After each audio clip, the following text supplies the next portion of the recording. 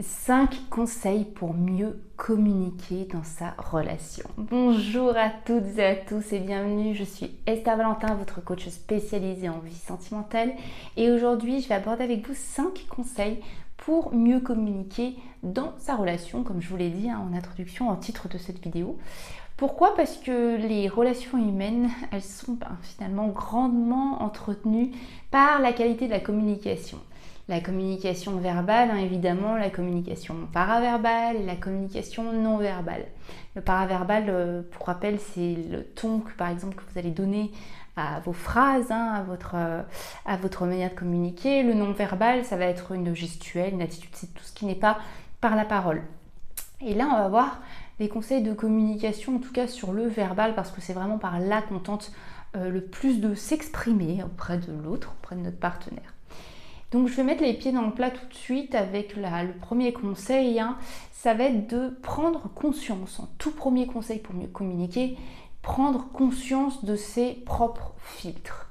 Ses filtres personnels, sa propre carte du monde, je dirais, parce que nous en avons tous une carte qui nous permet d'évoluer dans ce monde, une notice d'utilisation du monde. Que ce soit nos croyances personnelles, que ce soit notre expérience, notre histoire qui nous a constitués, que ce soit notre esprit, que ce soit aussi nos failles personnelles, tout ça, c'est ce qui nous compose et c'est ce qui peut faire filtre à vraiment recevoir et entendre un autre message. Donc, il faut prendre conscience de tout ça pour s'en dégager. Plus vous avez des filtres, plus vous transformez les informations que vous recevez. Et que ce soit un acte ou une parole de l'autre, si vous recevez mal l'information et donc que vous réagissez sous le coup de votre interprétation et pas vraiment ce qui a été dit, je vous assure, ça vous éloigne de l'autre, ça vous éloigne de tous, ça marche pour toutes les relations de toute façon. Donc, comprendre en fait que notre réalité personnelle, c'est pas forcément la réalité. Notre réalité qu'on se donne à travers nos filtres, ce n'est pas la réalité. Nous n'avons pas la science infuse. Ce n'est pas parce que je prends tes mots comme ça que c'est moi qui ai raison. Ma réalité n'est pas forcément la réalité. Prendre conscience de ça, je vous assure, ça vous ouvre vraiment mieux à la communication. En fait, on nettoie la communication de nos interprétations. C'est un véritable nettoyage. Je voulais vous faire une petite parenthèse quand même. Avant d'entamer le deuxième conseil, n'hésitez pas, je vous ai mis dans la barre de description juste en dessous de cette vidéo mes 2 e-books, mes 2 petites pépites que j'aime beaucoup sur l'estime de soi et aussi sur devenir la meilleure version de soi. Pourquoi ? Parce que l'estime de soi, c'est aussi la valeur personnelle qu'on se donne qui nous permet de nous éloigner de ce genre d'interprétation, parce que plus nos filtres sont dévalorisés nous-mêmes, notre image de nous est dévalorisée, plus on va facilement recevoir tout comme une agression.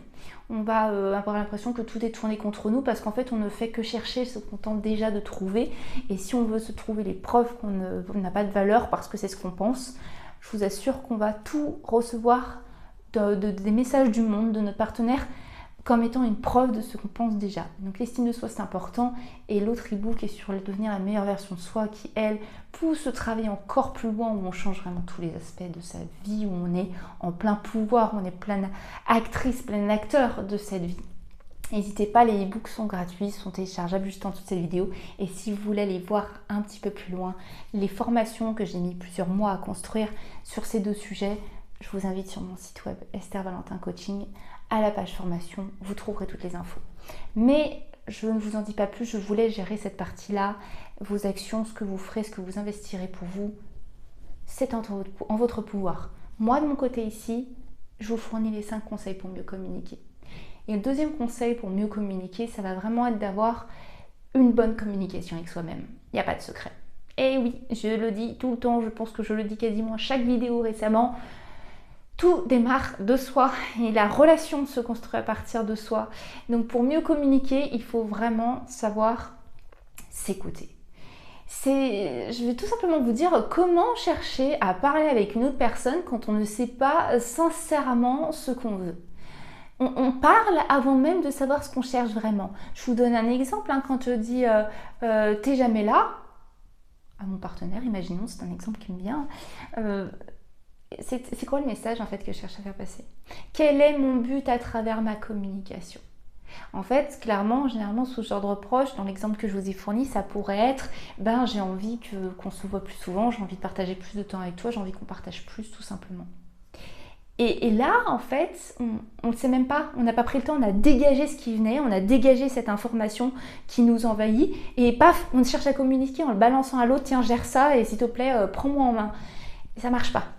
La communication avec ça, c'est qu'est-ce que je veux communiquer, quel est le but de ma communication, qu'est-ce que je cherche, vers quelle attente, vers quelle envie je vais, quel est mon objectif derrière mon discours. Donc savoir sincèrement ce que l'on veut, ça s'apprend, c'est s'écouter, et s'écouter, ça permet de mieux communiquer tout simplement. Donc les émotions qui sont des indicateurs de nos besoins et de nos envies, elles nous aident énormément à comprendre le message caché derrière nos propres messages. Si vous avez de la colère à ce moment, vous avez un besoin que vous essayez de répondre.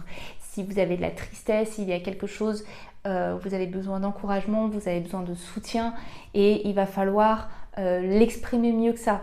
Enfin, vous voyez, toutes les émotions, dans tous les cas, ont quelque chose à vous dire, et souvent quand vous vous déchargez par la parole aux émotions, pourtant vous n'êtes pas en train de communiquer ce que vos émotions ont cherché à vous dire. Donc je vous invite vraiment à développer la communication avec vous-même. Le troisième conseil pour mieux communiquer, ça va être l'écoute. Et oui, la communication, c'est de l'écoute. La communication, c'est aussi, et c'est même principalement, de l'écoute active. Active, ça ne veut pas dire « ouais, je t'entends au loin ». Non, non. C'est vraiment, comme on l'a vu dans le premier conseil, se nettoyer d'interprétation pour vraiment recevoir ce que l'autre dit. J'aime cette phrase qui dit « écouter pour entendre et comprendre ». Dans cette démarche de comprendre et d'entendre, et non pas dans la démarche de répondre. C'est différent. J'espère vraiment que vous arriverez à l'appliquer dans votre quotidien. Ça change la communication. Le quatrième conseil pour mieux communiquer, ça va être de s'exprimer par le « je ». J'en ai déjà parlé souvent quand j'aborde la communication, mais parler de soi, dans notre culture, dans notre éducation, en tout cas, on nous apprend vraiment que c'est un fonctionnement égocentrique en fait. Parler trop de soi et c'est ne pas être tourné vers les autres, c'est égocentrique. Donc en fait, depuis tout petit, on apprend très très vite à être dans le tu, dans l'autre, soit tourné vers l'autre, c'est bien, c'est généreux, c'est beau, c'est des belles valeurs, etc. Voilà toutes ces croyances-là. Ouais, ça peut être vrai, bien sûr. Mais quand on ne s'est pas rendu compte et qu'inconsciemment, on n'a plus osé s'exprimer par le « je », on n'a plus osé parler de soi, il va y avoir un problème dans la communication. Parce que comme je vous l'ai dit, c'est une base de la communication de s'exprimer. On reproche souvent à l'autre ce que nous n'arrivons pas à exprimer de nos propres besoins. Nous n'arrivons pas à exprimer ce que sont nos valeurs, quel est votre « je » à vous. Et donc on va être dans la démarche de se tourner les responsabilités à l'autre. Et c'est... Vous voyez, tous les points sont extrêmement liés, étroitement liés. C'est grâce à la communication avec soi-même qu'on arrive à aborder plus d'expression par le « je ». S'exprimer par le « je », c'est savoir que l'autre ne peut pas nous deviner, et c'est savoir qu'il faut être clair, simple, pour rendre les choses fluides avec l'autre, tout simplement. Et le cinquième et dernier conseil que je voulais absolument aborder avec vous pour mieux communiquer dans votre relation, ça va être de chercher à comprendre par le modèle que j'aime beaucoup utiliser, le 1 + 1 = 3. Dans ma communication, je vois comment je fais respecter mon 1, moi, mes valeurs, ce qui m'est essentiel, mes ressentis. Mais je respecte aussi le 1 de l'autre. Quelles sont ses valeurs? Quelle reconnaissance je donne à ses valeurs? Et je prends l'autre dans sa différence. L'autre n'est pas moi. Ça, pour vous donner un exemple, ça peut être, vous n'êtes pas d'accord, il y a un conflit, peut-être que vous voulez je vais prendre un exemple avec les enfants pour une fois, votre enfant ne sort pas samedi soir, votre partenaire lui voit pas le problème, il est plus laxiste que vous, au lieu de se dire mais tu es laxiste, tu es ci, tu es ça, qui est en plus, je pourrais rajouter un 6e conseil, ça me vient dans cette vidéo, ne communiquez pas à l'autre votre désaccord sur sa personnalité, montrez votre désaccord sur certains comportements, c'est différent. Agresser une personne sur sa personnalité, vous n'aurez jamais un bon rendu.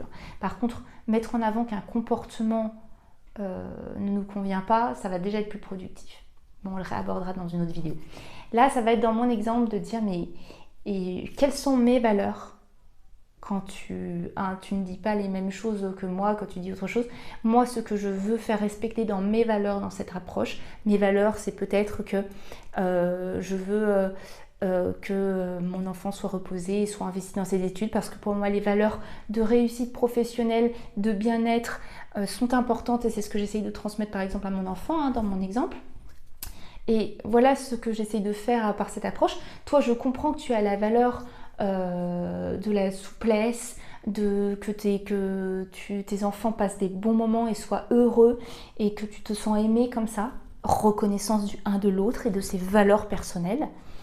Et j'aimerais beaucoup que pour les prochaines fois, on se mette d'accord et qu'on convienne de notre solution. Peut-être qu'il peut sortir, mais qu'on fixe un horaire ensemble sur lequel on est d'accord. Ça me ferait me sentir beaucoup plus rassurée sur le fait qu'il passe des bonnes nuits, ne soit pas trop décalé le week-end, et donc soit quand même dans ses études convenablement, alors que toi, ça te correspondra aussi, parce qu'il aura quand même pris du plaisir à sortir. C'est un exemple que je viens de vous montrer, ok? Mais qui résume parfaitement comment j'ai parlé de mes valeurs et de mon ressenti. Comment j'ai de la reconnaissance pour les valeurs de mon conjoint et pour ce qu'il est. Et donc, ce que je propose pour une approche plus positive, où il y aura respect de nos deux valeurs, là, vraiment, on est sur de la com haut de gamme. Là, je vous invite à mettre ce rail en place. Soyez indulgents envers vous. Je vous résume vraiment en pensant toujours, quand vous allez vers une communication, de vous souvenir de ces 3 étapes. Je demande quand je ne sais pas. J'exprime ce que l'autre ne peut pas deviner, et je ne devine pas et ne peut pas deviner, de tous les cas, ce que l'autre pense, est ou voulait dire derrière quelque chose. Je demande, j'exprime. Je ne peux pas deviner l'autre, et il ne peut pas me deviner. Ok? Et je vous assure que ça va aller. Vous allez mettre beaucoup d'indulgence, parce que quand on a eu l'habitude de fonctionner avec un tel type de communication et qu'on réaborde cette communication-là déjà envers soi-même, ça s'apprend. Donc comme tout apprentissage, il y a besoin d'indulgence et en même temps de se pousser un petit peu à un coup de pied aux fesses. Et par contre, quand on est dans une relation qui, elle, a pris son fonctionnement de communication, ça demande beaucoup d'indulgence et de la répétition jusqu'à que ce changement s'ancre, se mette en place et que vous en ressentiez les bénéfices. Et même si l'effort est dur au début, je vous assure que l'effort s'amenuise vraiment avec le temps et avec les beaux résultats que ça va apporter. J'espère vraiment que cette vidéo vous a plu. Si c'est le cas, n'hésitez pas à la liker. Et puis dans tous les cas, vous savez très bien que de mon côté, je ne vous lâche pas, parce que je vous retrouve très très vite pour une prochaine vidéo. À très vite. Bye bye.